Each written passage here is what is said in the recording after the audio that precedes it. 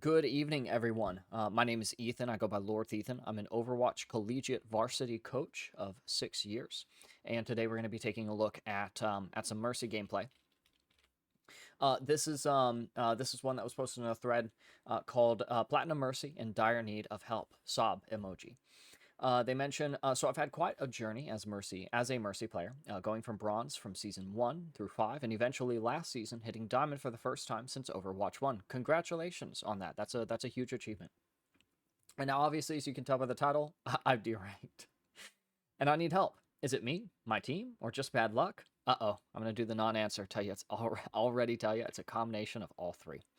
I'm well aware Mercy isn't amazing to climb with, but I just need help getting back into Diamond, or maybe low Masters max if I'm lucky. I've evolved from just like an hour ago and we lost, somehow. To sum it up, I know the second round definitely wasn't my best try, but I mean, I tried. Here's my stats. They proceed to post a couple of things, including the 41 to 59 blue to yellow beam usage. We even get one blaster kill. There's 20 saves, 1200 Valk healing done, and 5 players resurrected. This is over a match that I believe is about 14 minutes. So, um, and um, and so that yes, this is an excellent start. Thank you for all of the information here. This is the player called Nyx. Okay. So yeah, it's a combination of all three. It's definitely a little bit of you, a little bit of your team, a little bit of bad luck. I also want to mention that it doesn't make too much sense at this moment to put a cap onto your competitive goals. I I understand if Nyx's ambition isn't to go for the professional environment and the rigor and discipline and misery of playing Overwatch professionally, but saying like low masters max if I'm lucky might actually be taking a little bit of credit and even a little bit of luck away from the scenarios that you might be finding yourself in. So right off the bat, we know that we can get back to diamond. We know that that's attainable, and then we'll push from there and see where we end up, and then push past that if that's in the agenda. Rocking the classic Mercy look, which is interesting to me. Although we got the Galaxy gun, which is really fantastic. Damage boost on the Ash makes a lot of sense early on. I do want to just mention, so I'm going to mention this a couple of times. Overwatch 2, we're going to make it a really easy game to play. It boils down to two core principles, that is timing and map control, right? And so I wanna remark on the time that you click the blue beam on this Junkrat. Here's spam that he's going for. It doesn't actually connect with anything either, so he's not getting hit markers on here. And then actually, no, I'm sorry, he did get one hit marker, right? And then he throws a little bit of spam there too, right? So he kind of timings you a little bit, right? You tether to him, give him the blue beam, and he's not getting anything with it. That's not a good or a bad thing necessarily. I'm not saying that you shouldn't be blue beaming him. I'm not saying that he should be doing damage. Just rather that when you're playing Mercy, seeing who is in the positions for their characters to be doing damage, right? Who are those characters or who are those players on my team, and should I be tethering to them, right? You're asking yourself, okay, my Ashe is playing at an Ashe range while the enemy team is walking up main with the point, right? That makes sense to damage boost the Ashe. But even if point is a little bit further back and no one has left spawn yet, it won't be an appropriate time to damage boost the Junkrat, right? Again, I'm not saying that damage boosting the Junkrat is a bad call here. It's just that's a really nice, really quick and easy demonstrable scenario of where you probably can just stick on the Ashe here. I'm curious if she ends up dropping off of height because you untether from her. Oh yeah. So she gets a little bit pressured and then drops down. Doesn't need to drop down. Dropping off height is generally just a very bad thing to do. And just be really careful. You are actually like really exposed on this angle. It really only takes 2 shots from Ashe, and you don't you I promise that you won't have anywhere to go quickly enough to Sorry, I'm coming over being sick, so I'm a little congested. Give me one moment. You aren't going to have the da, da, da, da, da, da. you are not going to have the time to move to your nearest point of cover before someone with a low TTK gets you. Widow, Hanzo, Ashe, right? Anyone who can two-tap you, they'll two-tap you before you can get to this wall over here or whatever. So just be mindful of the fact that you're out in the open. You do have a lot of movement options on this character, but that doesn't necessarily mean that that this is your safest position. Could you just be around a corner here or doing peeks over here to send pings to your team so that your DPS players know where they should be shooting, or so that you can collect information about where red team might end up next, which will help tell you or inform the decision you make for the next position that you play. Because remember, we're always looking to move every about 8 to 12 seconds is about how long you have to spend in any one position, which is why I like the little GA up to the high ground. You're close to your walls, corners, and covers right here as well, right? So this is why I'm not going to complain about your position here, but I will complain about your position here. Closer to walls, corners, covers. You're going to hear me say that a lot, especially if you watch any of my other videos or VOD reviews. And so I really like this. Now you're untethered from anyone, which is a little bit unfortunate.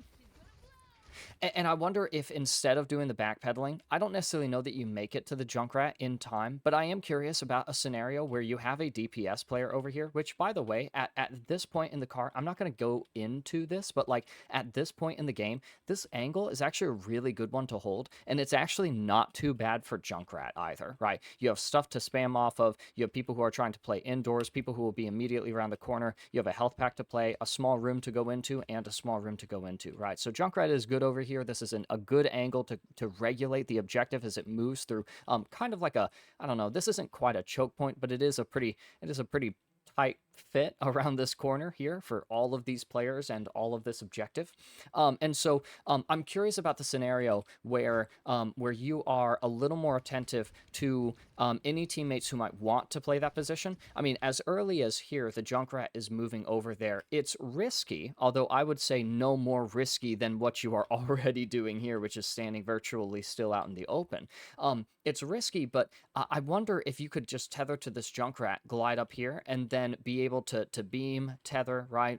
Or even play with him down here, right? And then have an escape plan from there, right? I'm curious about if there's a way that you can be there even a little bit earlier so that you can help him out with whatever he's doing. Because what he's doing isn't necessarily the wrong, well, okay, it's not the wrong idea. It's the wrong execution. He's out in the middle of the, he's out in the middle of the open. He's taking spam damage. He's not regulating any of his angles. But let's say that you do punch into high plat, low diamond, low masters, right? You're going to get more and more teammates who are willing to kind of assess their risks, play those risks as smart as they can, and your resources are a huge advantage when it comes to trying to invest in those plays that they might set up.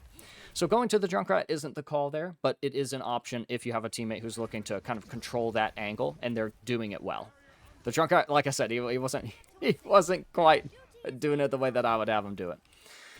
Okay, so we get the res from here, which this is nice. That brings our Yari back in. We tether onto the Sigma. There's really only healing to do. This isn't going to be applicable here in this particular scenario, but I'll hopefully get the chance to mention it. More damage equals less pressure, or the other way around, however you want to say it. Ultimately, at the end of the day, if your Sigma is dealing enough damage to eliminate his threats, then those threats obviously won't be able to do damage to him, which means he will take less damage, which is easier for you to heal, which yields more healing. So it's interesting how, well, I'm sorry, not more healing. You're doing more overall healing by letting him take a ton of damage from his threats that he can't dispatch without additional help or damage amplification, which is the utility you can provide.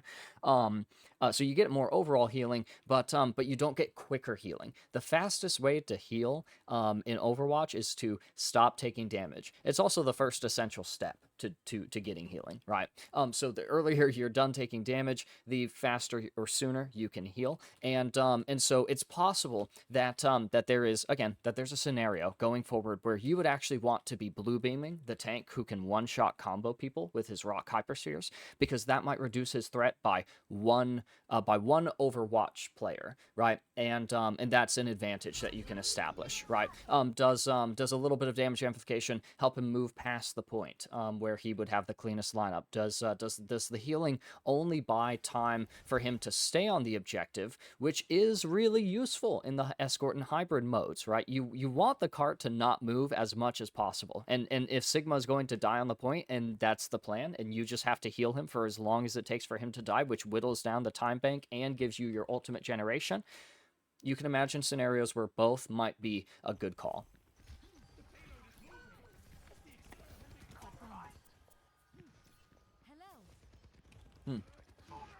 You use you lose your Iari again. Okay, so this is really interesting. Yeah. So I had a Mercy player many years ago, and this was during Overwatch 1 era, and they asked me, they were like, Ethan, when should I whip out the blaster as Mercy? And I was like, never.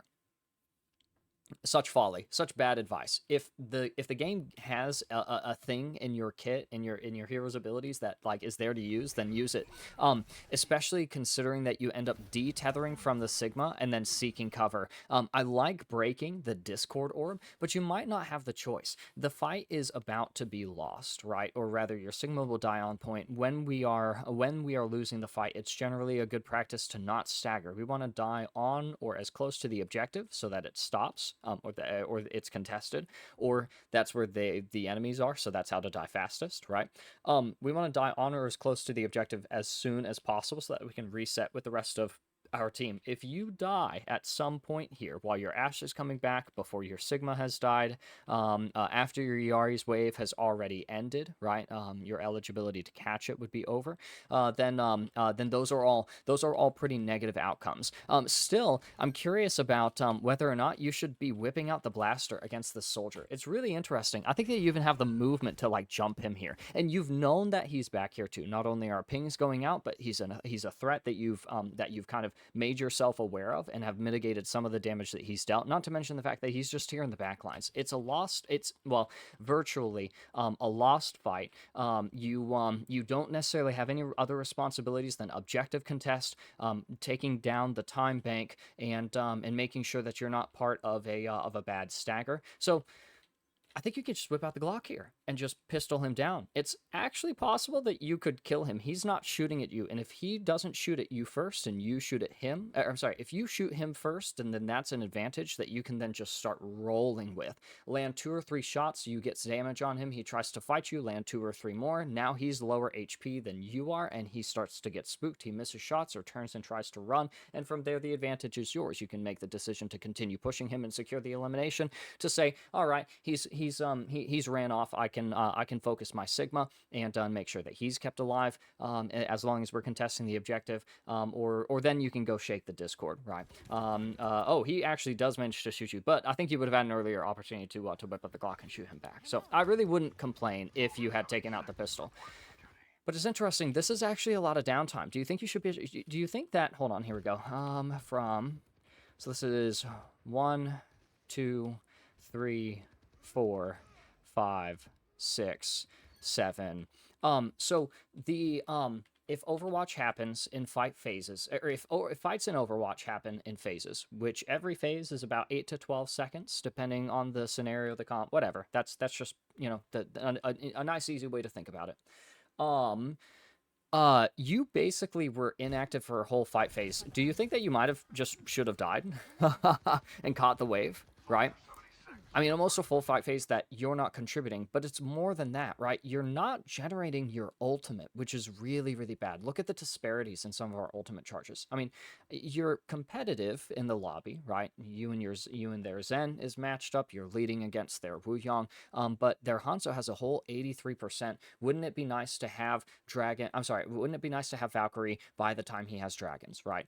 Now, you're not feasibly going to have that happen. Hanzo's will generate so rapidly, and it looks like Dio is popping off. But it's fair to consider that if you could be more competitive with some of the leaders of the lobby, then that is once again a really nice advantage for you to have your ult in time for their dangerous ults, or for you to have your ult just for whenever you need it, which is going to be as soon as you have it, by the way. So yeah, I wonder if you should have just died, because if you are going to be inactive, then maybe you should just be dead. And honestly, being active and dying with your team on or as close to the objective as possible for a whole litany of reasons, maybe that would result in better ultimate generation. Yeah, I don't want my scoreboard to look bad, but is that really a problem when like I'm generating my ult basically every fight and a half, right? Who cares if I'm 9/11? Okay. Who cares if I'm, you know, 20 and 13? If I've used my ult like 8 times in the map, right? So, I think that is fair to die on the point, to not stagger, to get your ult, so on and so forth. Now, I do like that you don't die. I do like that you haven't staggered yet, and that's really, really good. It's really important to live as Mercy where you can afford and where you should, and honestly, if you miss the window to die, then don't die, right? Go and live at all costs. Let's see if you can equalize your ultimate generation, or you can get back to being competitive with that. I like the blue beam into the yellow beam. This is good. You're not overdoing it on one or the other. Outside the start, you were yellow beaming a lot at the start, but you know, kind of tough positions you were in. I really like this. I really, really like this, by the way. I do not like stacking on top of each other. Refer to my other videos. I don't think teams should, like, belong right on top of each other, and I also don't like supports being in the same place, so looking at the same targets at the same time. Unless you're looking at enemy targets and you're trying to coordinate a kill, right? But ultimately, if I have both my Ana and my Baptiste looking at my Reinhardt, who's helping my deeps? Who's off-angling? Who's doing damage, right? To anyone other than their shield? And most importantly, who has different information than my Ana, Baptiste, and Reinhardt, who all they can see is the Ramatra in front of them instead of the Venture and Vendetta off-angling, right? Well, V and V in the back line, and all we can look at is the Ramatra because both of my supports think that their job is to sit there behind their tank and shoot his butt until he's full HP and then continue, right? No. So I love this. Off-angling with the Cassidy, giving him a reason to off-angle, do his job. You're enabling his rule set, right? Or you're enabling him according to you guys' rule set.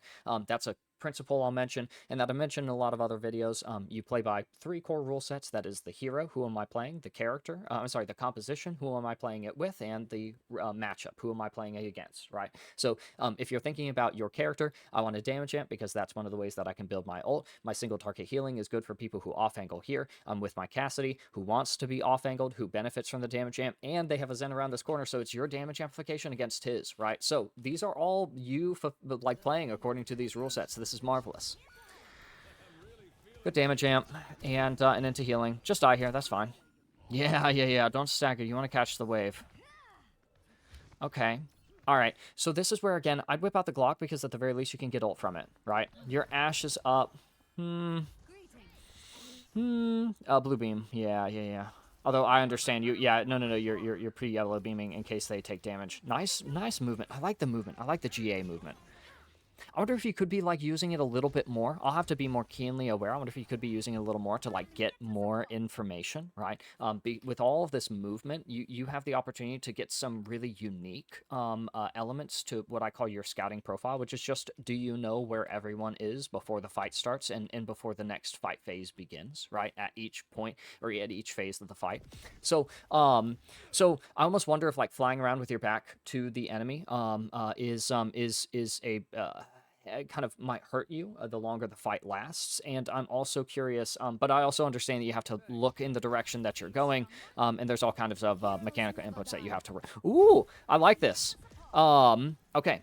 Yeah, my policy is if you have it, use it. I've been watching tons of Metal Rank gameplay lately, and all of them have been, like, ulting almost as soon as they get it, and I love that. Absolutely perfect. You move the pace of the game forward when you ult, and so I really like the ult here. I have it. I'll use it. There's a cart to stop. There's a fight to win. The only thing about this is just that I don't think your scouting profile is well established enough to pull the ult at the earliest possible moment. I think that you probably trigger pull at the earliest part of the window of opportunity to ult here. But again, I'm curious about what information you could acquire. I think that the only thing you know right now is your Ashe is on the other side of the wall, half HP. Hanzo has no storm arrows. There's a Wu Yong, probably high ground or on the objective. That's where that orb looked like it came from. And he has this position marked, which means you kind of have to be careful about playing it. Your Cassidy is over here, but we don't know where your Sigma is. We don't know where your Yari is, and we don't know where their Zen is, right? So those are all things that we would want to be considerate of. Here you get a much better profile of where your team is. Okay, all right, and then now we let it rip. Okay, yeah. So this is good enough information to operate off of. And none of the enemy were playing in spots where you could actually see them. So this is A-okay, actually. I like this. I like all of this Mercy gameplay. Yeah! Yes! I was waiting for this.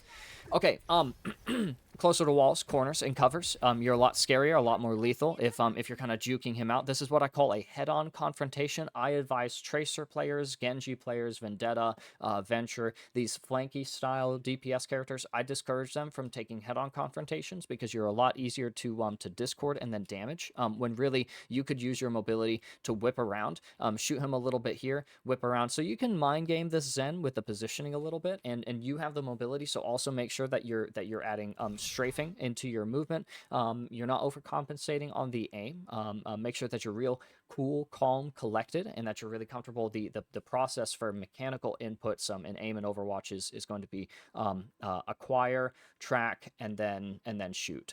So make sure that you acquire your target properly, and that will help you track the target. I really like that you're applying pressure, trying to get the pick. You might have been able to force Transcendence, which would have been awesome, and if that's why you were on the Zen, then that's some fantastic ultimate tracking that you're demonstrating, that you have a knowledge of that he's close to his ult, and you have the ability or an ability that helps you force him to use it. If he uses his ult, they won't have it for the next fight, and they won't have it for any of your major win conditions such as Flux or Deadeye, right? Or Bob when you guys get it, or Sun, right? So so I really like all of this. There's a lot of really good reasons, a whole matrix of reasons to really appreciate some of the decisions that you're making. This one might be a little bit too passive for me. I think that I'd prefer you up with your Ashe, with your Yari. I also think that you might be damage boosting. I think you might be damage boosting too few of your teammates. I'm curious about what the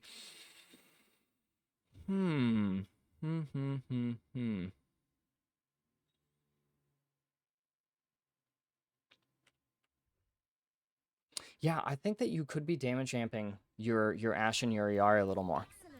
Especially since, well, it depends on where you're at in the map. If we're thinking our rule sets, right, then Ashe is a great target to damage boost when you're at longer ranges, or even longer ranges. Cassie, or when she's throwing dynamite into them. Cassidy obviously benefits from these shorter ranges, so I like that you have a damage amp on him there. I like that you're, so this is what I call support efficiency, which is, again, this goes back to, like, standing on top of each other, both of our supports looking and healing at the Rhine, right? You see that the cast has a tether, right? And so you're healing the Ashe, and you hope that because you're healing the Ashe, the Yari will help your cast, which is exactly what happens.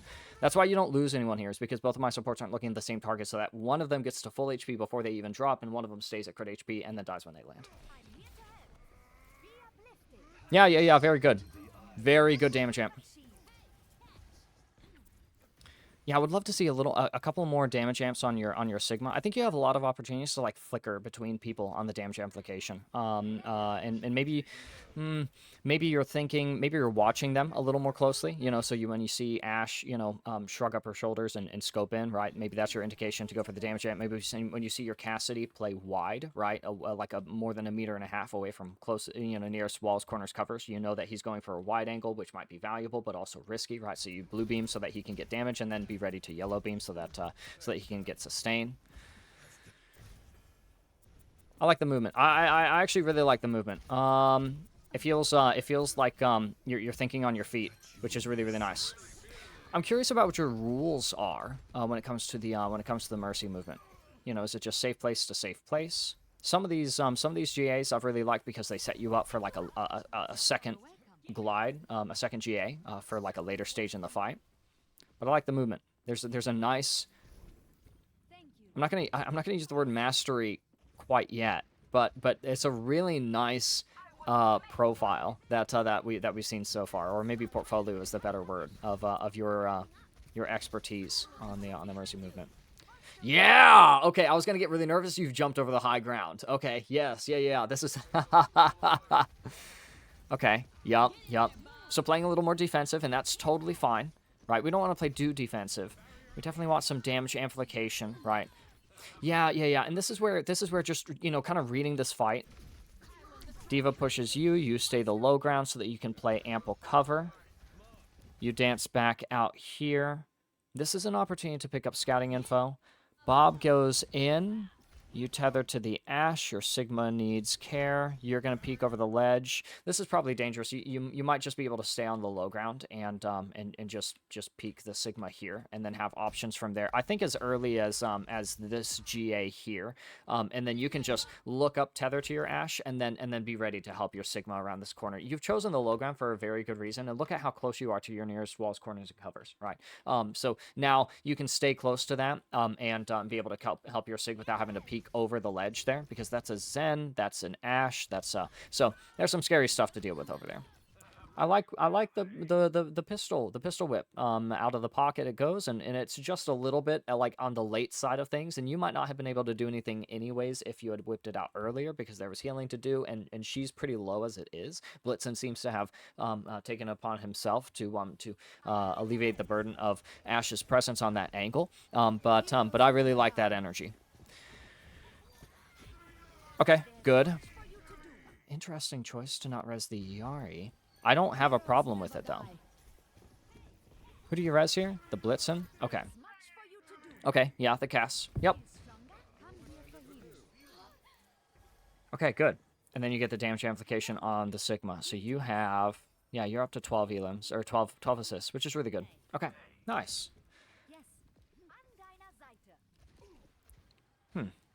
How many times after they died? 5. Yeah, okay. And so it's possible that you'll see more assists reflected if, like, you actually do flicker a little bit more between targets. Interesting. I almost wonder if you duel that a little bit before getting out, but I like actually more that that you get out, because she can really take advantage of her dueling potential, even though she's a shorter range, so she's not totally advantaged against you, although she probably did know you were there. Oh yeah, she had you marked. She can tell where you are just on the tether. And then she sees you first. But you also knew she was coming. It seems like you might have heard her coach gun, or just that you saw her and had a lightning quick reaction time. Alrighty.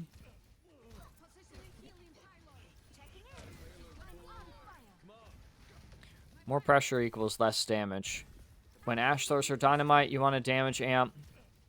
In some of these pre-fights, in some of this pre-fight stuff, you want a damage amp.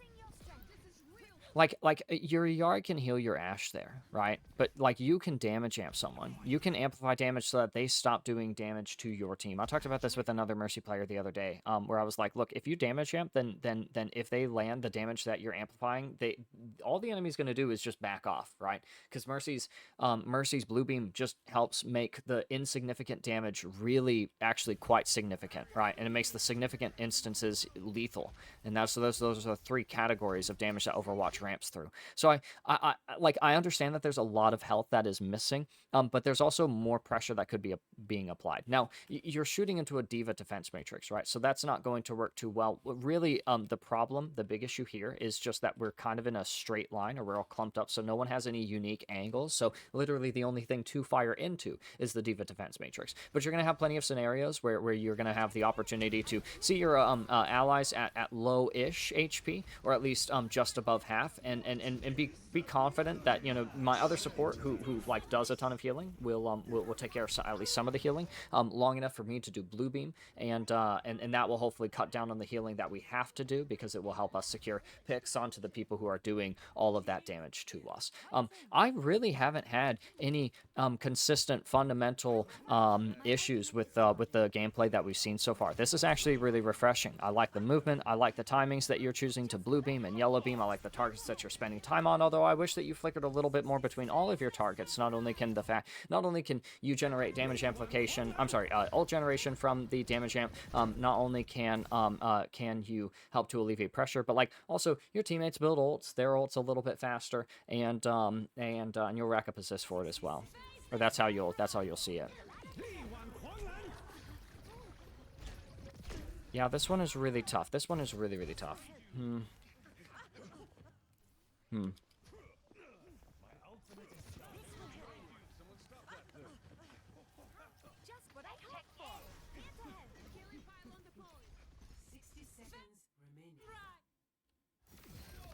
It's weird that your tether breaks off the Sigma here. But I also think that you're cooked as soon as you go for that GA. instead of so I think you're actually going to stop a little bit here, right? Instead of just swinging like wide and then opting, well, this puts you in like kind of the same position here. So maybe what you should be doing is gliding over here into the corner to actually work your way through this room. Ultimately, your problem here is that they've moved to the high ground, and we haven't known that in time, but we actually have all the information that we need to know that here. We take a dynamite from this position, their May wall comes up in this spot, right? So we know that at least two of them are on high, and we hear Diva on the other side of the wall, right? So really flying into a position where high ground is where we end up in front of, where we are in line of sight of their high ground characters, or their high ground controllers. I think that's probably where you're cooked. But this is a really tough fight to win, is why I was saying this is really tough. I don't necessarily know that this is one that you're going to be able to get away with. That's going wrong for a whole host of issues. What it boils down to for me is the amount of damage that we take. Specifically, like the kind that, like, the specific instances that we take, when we take them, how much of them we take, and I don't think that you were doing the wrong thing with your cast, but I also think it's kind of funny. Like, I wonder if that fight is a little bit different or a little more manageable if you just stack on top of your support and play with your Sigma. I wouldn't ever advise that you do that, but honestly, if healing your team is going to do anything, and damage amplifying your team isn't going to yield any hit markers, then do you think maybe instead of walking up the stairs and healing your Sig, who's going to take all of that damage anyways, do you think that you should just whip out the Glock? Maybe. Maybe.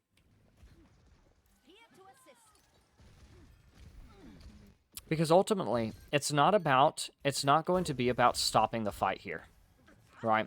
It's just about... This is terrible. Overwatch is like a very easy game.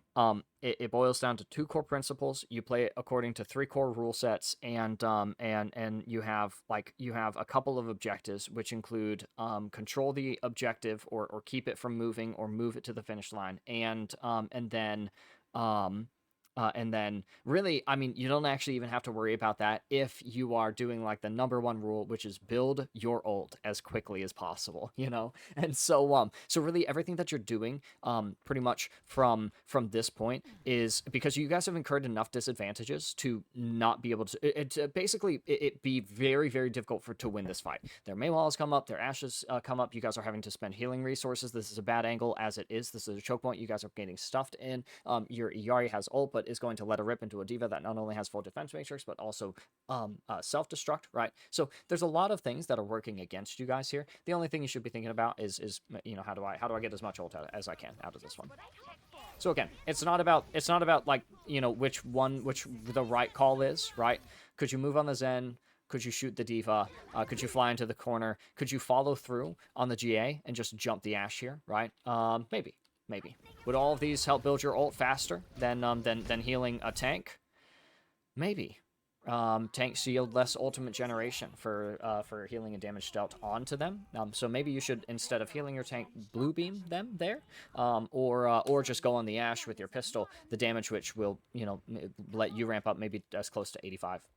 Depending on how much damage you land before she kills you. But also, like, you're running up to the Ashe. Like, who's going to be comfortable? What Ashe player do you know is going to be, like, really comfortable dueling that?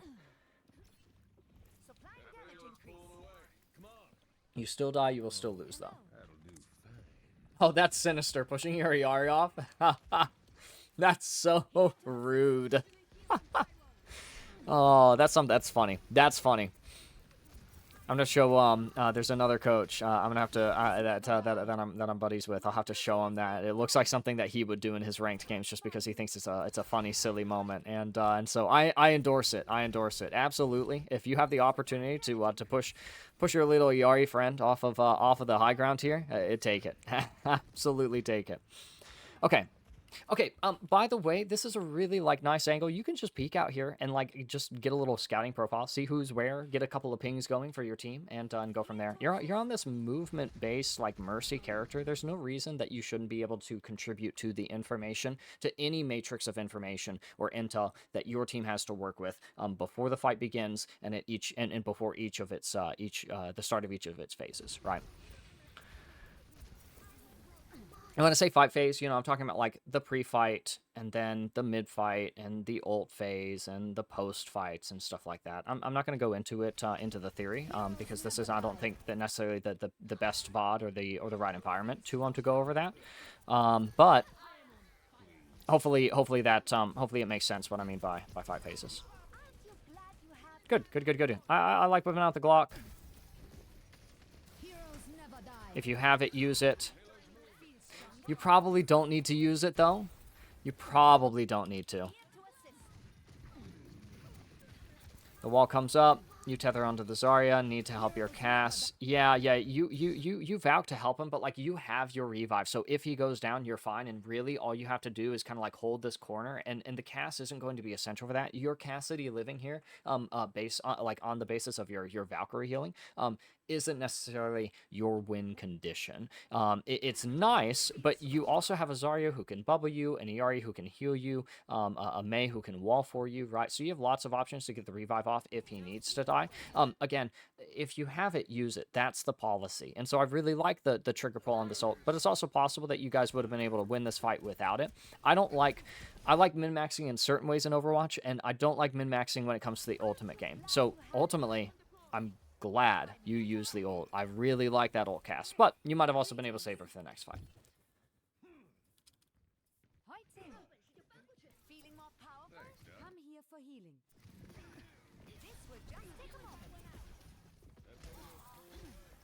Okay.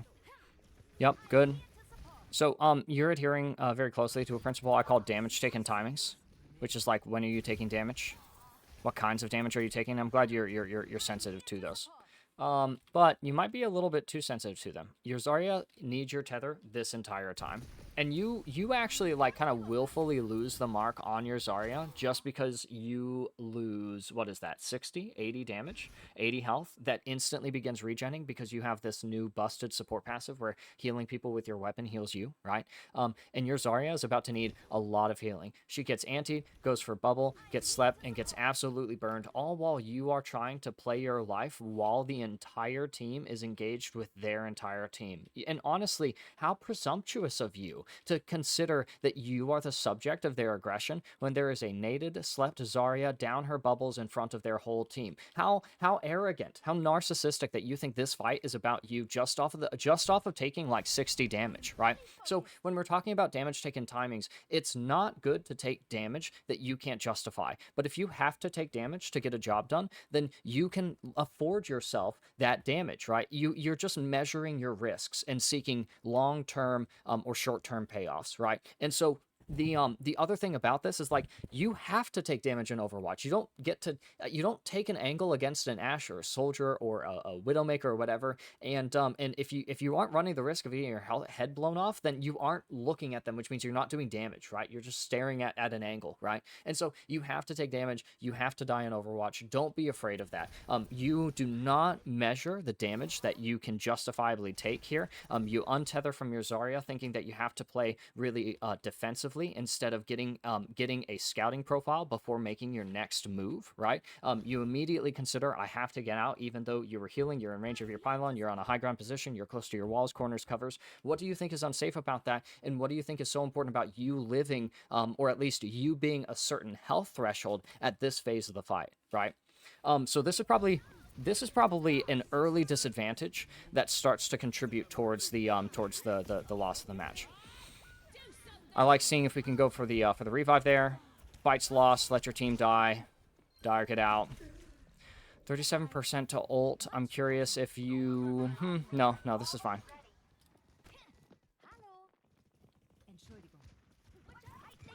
Oh, that's tough. That's unlucky as well. Like getting the health pack. Oh, are you damage jumping your cast at any point? Yeah, you have to blue beam him. And then you can yellow beam. Ooh. I think you can stay in a little bit, right? Like, do you think that you could just jump down here, right? And then even if he dies, you still have his corpse to glide off of, right? Because you untether from him. There. because you're looking to play too defensive after not taking damage, and as your cast is seeking to establish advantages. This is a measured risk. You might be too afraid of taking these. I mean, I mean the stuff that I see Mercy players get away with. I'm hard stuck like mid masters on support. And the stuff I see Mercies get away with is like absolutely insane. How forward they're willing to be, how out in the open, or not out in the open, but like, you know, just on top of the cast, right? And like, is this where Mercy should play? No, but is she able to play it because she's on a target who's receiving healing, which will heal her correspondingly, who's doing damage, establishing advantages, who has his ultimate? If the policy is if you have it, use it, then you can't use it when you're dead. So the fact that he has his ultimate means that he must be kept alive as well. Is that the case with the Zarya back here? I don't think it is. No. Okay, perfect. Okay. But your Zarya was 80% old, so it was very important that she lives as well. Okay. Yeah, so those are some of my thoughts. I think you probably should have stayed in on this cast. How does your Iyari look with your... Okay, you're the only support right now. No, Iyari is back out and is able to help your Zarya, even though the pylon is bad. But your Cassidy is half. You untether from him twice. Now, he gets, like, annihilated there, but if he's being healed and he procs Deadeye, he might get to live for a little bit and then can outplay the defense matrix or just walk away. And honestly, if the Diva's on him and he is getting healed and procs defense matrix, it takes longer for her to kill him, and that's more time that your Zarya is free to burn through the ash and then walk the rest of the choke. I think you should be on the cast there. I think you're too ready to bail. You're too ready to like play your life. And it's important to live in Overwatch, but like if you were going, let's say you win this map, right? Did you win this map because you didn't die and didn't take damage? The answer is like, it's almost a dumb question to ask, right? Because the answer is definitively no. You died twice and you took damage throughout the entire match. That is not the reason that you... not taking damage and not dying is not the reason that you won, right? It was some other means. And the way that you win and lose in Overwatch is you either establish enough advantages to have the best options during, like, the one scenario, the one fight or one fight phase that actually matters for the positive or negative outcome of the match, right? Or you have enough advantages imposed on you that you don't have options for any of the consecutive scenarios, right? So for you, you want to be on top of your advantages. Now, you have the res, and you get away with it as well. So, honestly, maybe letting him die so that you can play your life and then go back for the revive, maybe that is the call. I'd be so curious to know what, like, a professional or high-level Mercy player would, what their remark might be. Ultimately, no matter what, you get to keep the cast alive or bring him back anyways. I don't think that you have to play so safe.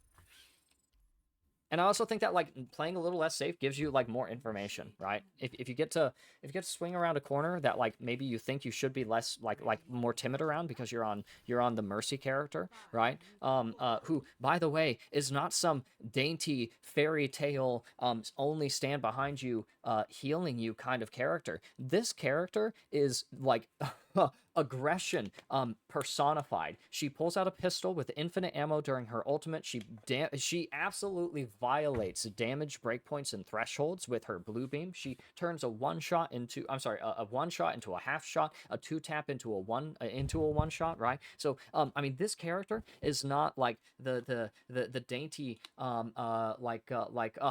just let someone else do everything kind of character that everyone automatically jumps to the conclusion that she is. She is active. She is an enabler. She's a playmaker, right? And so I don't think that you have to play as safe. Not to mention the fact that she has some of the best movement in the game, and with good movement, you can get really good information and really good scouting profiles.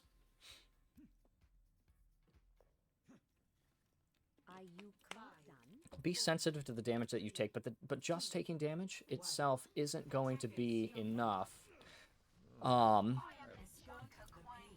Just taking a little bit of damage shouldn't be the only reason that you shift your position, or that you move to positions where your utilities cannot either be more easily accessed by the teammates who need them, like the Cassidy who needs the help, or the Zarya who needs the healing, or where your ultimate can't be generated, right? You want to favor the positions where you're helping your team and generating your ult over the positions where you are completely safe.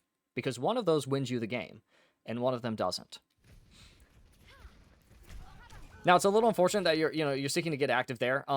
Okay, you're applying what I have what I've been yapping at you about, but it's just a matter of like doing it safely. This one is a little bit of a fluke because I've watched you play safe for like an entire round by this point, and so I know that you know how to play safe. This is a measured risk. It doesn't pay off. Big deal, right? Honestly, it's marvelous that you finally made like a really explicit mistake here.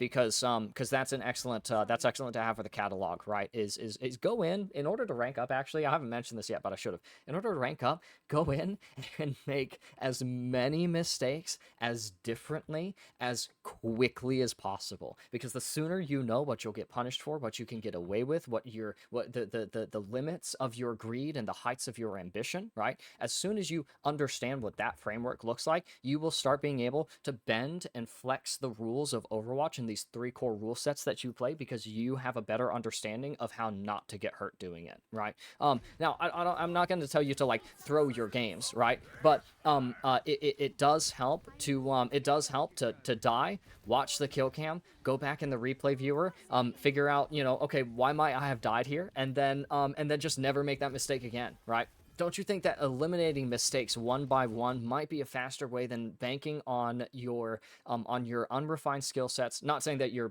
have unrefined skills. You're actually, the movement is quite dignified, if you ask me, on the Mercy in particular. I want to see more of the Glock so that we can see the aim and then make comments on that, right? Or not the aim, but like how you're picking your targets, how you're tracking your targets, how you're committing to the damage, stuff like that. Like you should have picks. Oh, you have a pick, but like picks with an S, plural. But I think that eliminating mistakes one by one out of your playstyle will be will be the way to expedite your journey up to, what did you say, low masters? With this movement, you can absolutely compete in mid, high masters, low GM.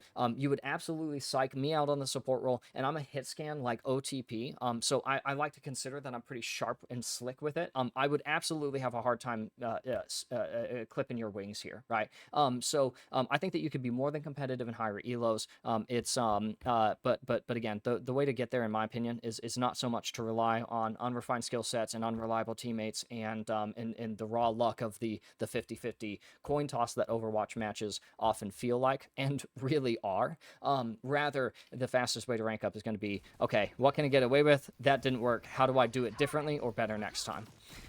You're playing too safe. You're playing too safe. Look at your team getting active. Your cast is, everyone needs a damage amp and your queen needs help. So just a little bit of awareness. You wanna make sure that you're opening up your vision. Would have been nice to have a res there, so that's unfortunate. And this is like what I mean when I'm talking about imposing disadvantages, right? I want us to understand that this is what this looks like, right? So 5v5, right? Here's all of our advantages on the table, right? No one is landing any damage yet, so there is no advantage for either team.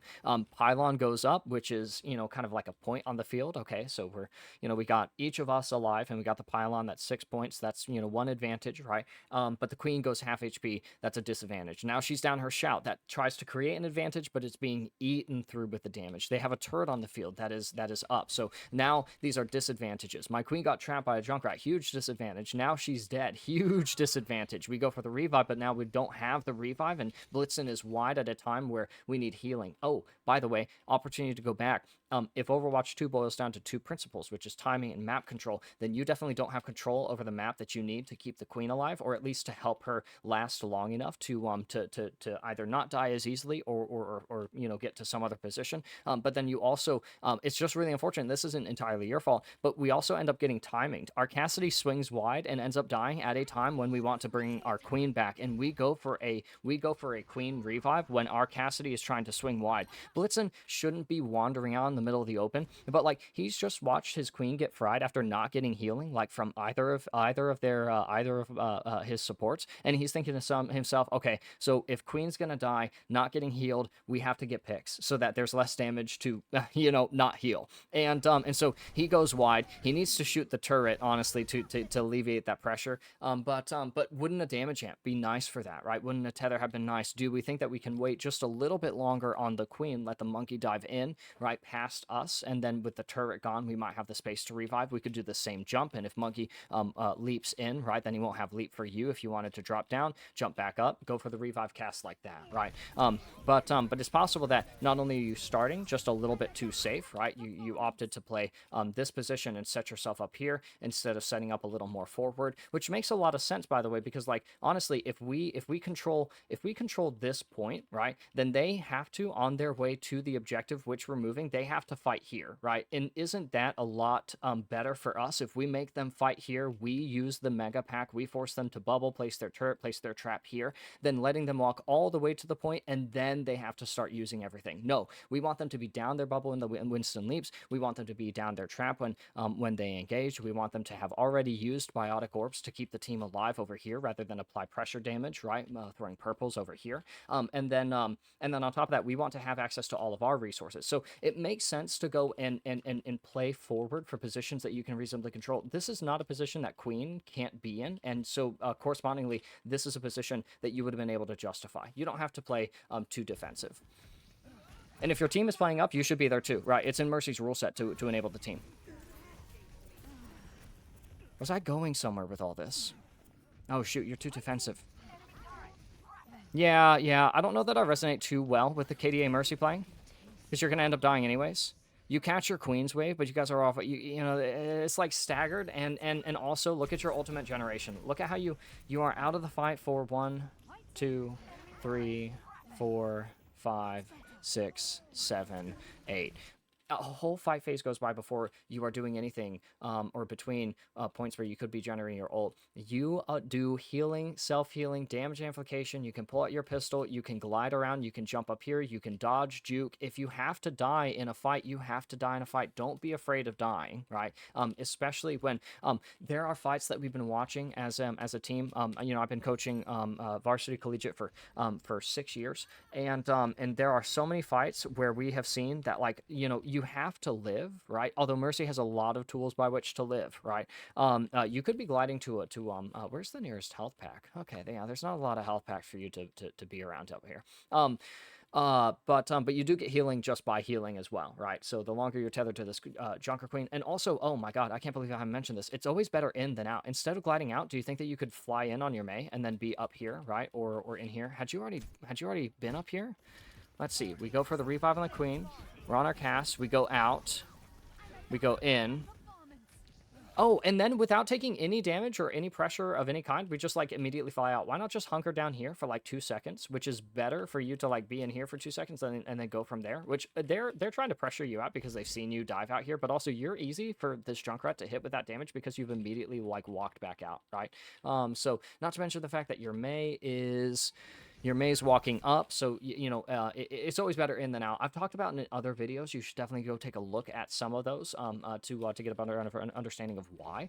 Because I think we have already reached about 52 minutes. I'm trying to keep these a little bit shorter. But also, the longer you're engaged in this fight, the more ultimate you'll generate in preparation for the next one. And the objective of Overwatch is to get your ult as soon as possible so that you can use it as soon as possible. Man, your Mei shouldn't go for Blizzard here, but like imagine if you live long enough or in a way that you help your Queen live like long enough for your Mei to go for a Blizzard, you give the Mei the damage amp so that she can build Blizzard fast enough that you don't have to worry about the Queen dying too quickly. So you can Blizzard. Does Mei have the Blizzard perk? Oh man. Yeah, so imagine if your operation is to help Mei build Blizzard as quickly as possible, right? Which, by the way, there are 3 points we should be considering our ults. It's at 80%, it's at 100%, and when we're using, right? So when I'm close to my ult, I should be thinking about how I'm going to use my ult. When I have my ult, I should be thinking about when I'm going to use my ult as quickly as possible. And then when I'm using my ult, I should, I think about like calming to your teammates, but don't comment solo queue ranked. And don't even join voice chat.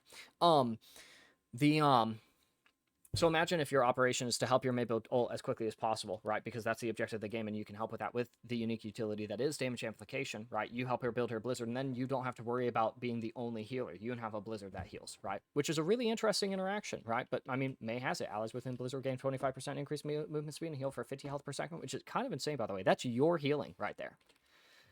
Or we're playing too safe. We're playing too safe and we die anyways. What's the point of dying off the objective? What's the point of dying away from your team, who could have had your damage amp, your utility, your healing, your mobility, your scouting, right? And most importantly, their ultimate generation that you help them get the I mean, think about, everyone hates playing with Mercy, but everyone loves getting damage amplified, right? Everyone thinks playing with Mercy is like, and not everyone, by the way, but like people think playing with Mercy is like the most disadvantageous thing. But like, if you are losing a game, there's no better way to get back on top of it than generating your ults faster, or at least fast enough to be competitive with like the rest of the neutral fights that you're not winning, right? It's not about winning the most amount of fights, getting the most picks, getting the most damage. It's about getting the right damage, the right picks, and winning the fights that matter, right?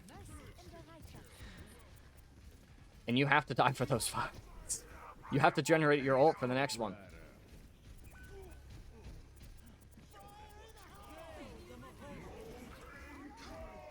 Yeah. Good decision making.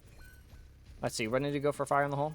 So, by the way, just like little note, when I hear Junkrat's Riptire, and I think that this applies to everyone, I don't think Mercy is exempt from this at all, and I would love to hear a Mercy player who thinks otherwise. Or not as a challenge. I'm just curious to like understand like what other Mercy players would think about it. Whenever I hear Junkrat Riptire, it is hunting mode. I'm talking caw-caw, caw-caw, like hawk, eyes of the hawk looking downwards, searching for where the Riptire is so that you can detonate it, because you do a lot better for yourself. You don't have to run, you don't have to worry about your teammates, you don't have to lose anyone if you break the tire, right? So instead of running from the tire, caw-caw, caw-caw, when you hear the fire in the hole. Because it's funny, you die to it anyways, and like, wouldn't it have been nice if you had shot the tire that was going to end up killing you?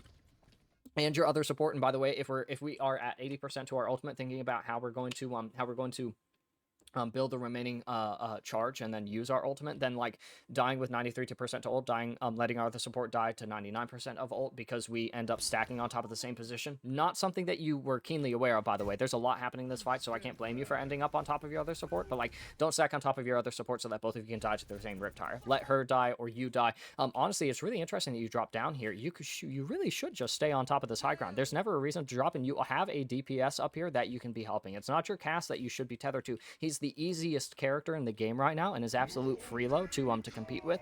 But it's interesting. Yeah, you just shouldn't be stacked on top of your team. You should always be on an off angle, or if you're going to be stacked for someone, it should be like your Reaper on the high ground or your Mog on the point or something like that, right? Dying better. It's always better in than out. Always better in than out. And again, there's also like just never a reason to drop off of high ground. There's like very rarely is there a reason to drop off of high ground. And don't worry, when there's a reason to drop off of high ground, you will know. I don't gotta coach you on the actual valid reasons to yield a high ground position, right? Like such as in the face of overwhelming pressure or presence from the enemy, a rotation or kite disadvantage, which is better mitigated on the low ground, or an ability which has a better lane, or a or stronger angles, or more potent positions elsewhere on the low ground, or through a transitional space that leads you to the next high ground, right? Those are the reasons, and honestly, probably maybe some of the only reasons that you would have for dropping off the high. All right, if you have it, use it. You might have to vouch just to proc your passive regen. Damage taking timings, you actually do take more damage than you can justify here, although you kind of have to play safe. But honestly, I'm a big believer in, like, if you have to just, I call it, pardon mon français, I call it fucking off. If you just have to run off from the fight and just like not worry about anything for a minute so that you can live, then you can do that. Although I now realize that like if you fuck off to go grab this mini pack, then you will die. So probably good of you to like kind of hang tight. Although you could probably also proc the Valkyrie. You guys have to get a move on. So probably your earliest window to use it is when you were taking damage just for the self regen. Oh, that's unfortunate. Yeah. Cover to cover. Cover to cover on the Mercy. Closer to walls, corners, and covers. It's crazy how quickly you die. I think the Torb hits you once, and then after that, it's just turret damage. Are you kidding me? That's crazy.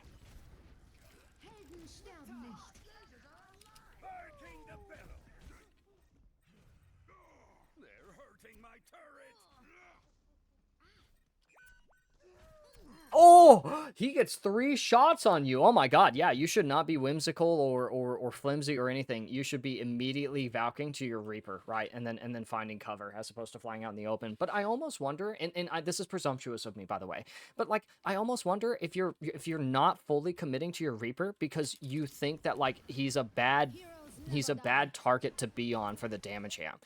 You should be damage amping everyone, especially your Reaper when he is in his effective range and on a high ground position, which is good for the both of you, from which he can drop and apply pressure onto a side that will help your Maga move in. While your Cassidy is, by the way, wandering around outside, like at ineffective ranges and is about to be accosted by a tank. What actually help can you provide your Cassidy here against the Winston Moira out in the open, right? So I almost wonder if you are not fully committing to the Reaper here, because like you think that you have to be tethered to the Cassidy, but you also could be tethering to the Maga. And it's interesting how we see that the Torb 3-shots you just because your movement is a little too linear down this path.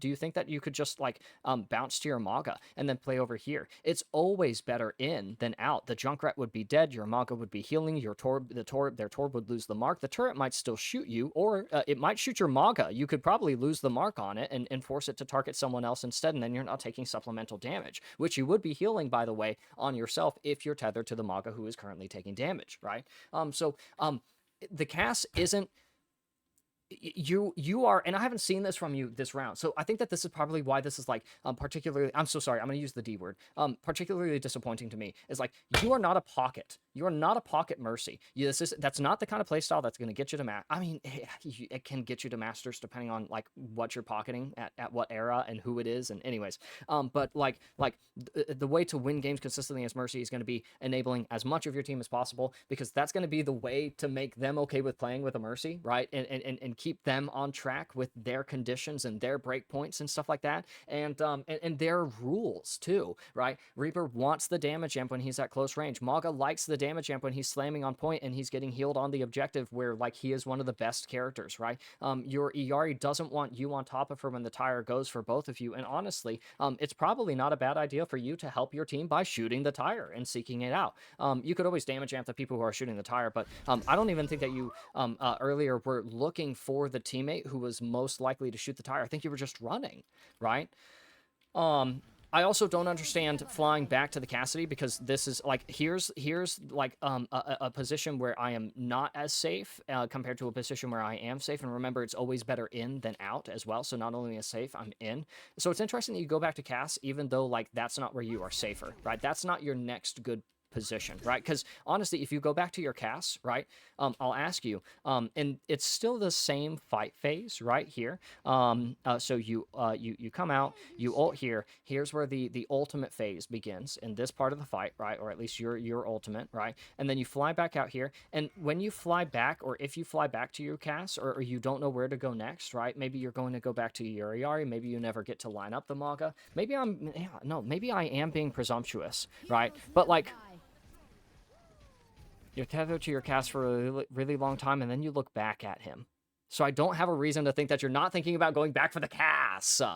But it's interesting because that would be negative movement. That's what I call negative movement, where you like move in a direction, then you just renege on all of that movement. But the movement that saves you is a forward, unerring vector to your next good position. Where should I be 8 seconds from now? Or at least for Mercy players, it's like every 4 seconds.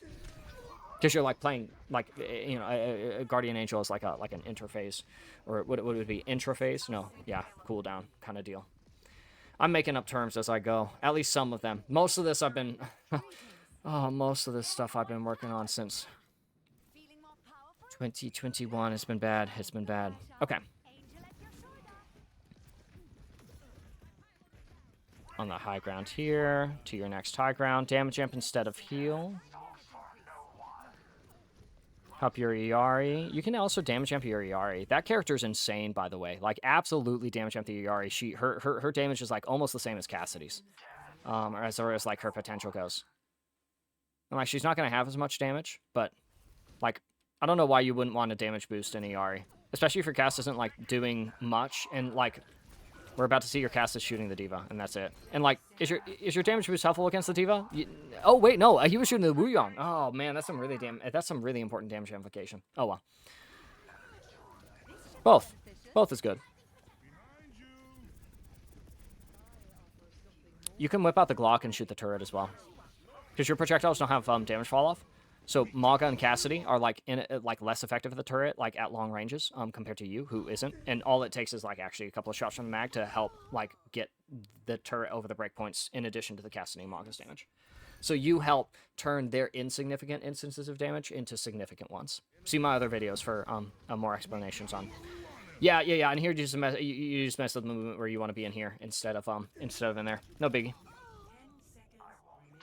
We haven't seen any like many movement based mistakes from you, aside from like in this round. So I'm really not going to complain about that. The movement is actually quite precise. Okay, that's marvelous. A best of both worlds kind of VOD review, especially on the Mercy character. That it seems is kind of challenging for people to touch. I always consider myself like not really not really qualified to coach this character because we've really never run her in the school that I coach for. We've never really run her in any of our strategies, and she is a controversial figure.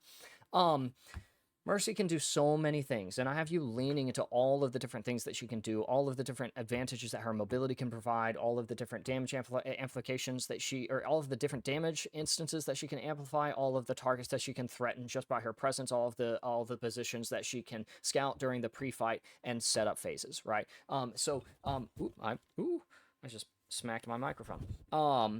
So I have you thinking about that, and so it's really awesome to have gotten Mercy gameplay that is not only really excellent at a couple of really awesome points, but also is like really correctable at others, right? And so adhering yourself more closely to all of these principles is really going to be what puts you over the edge of your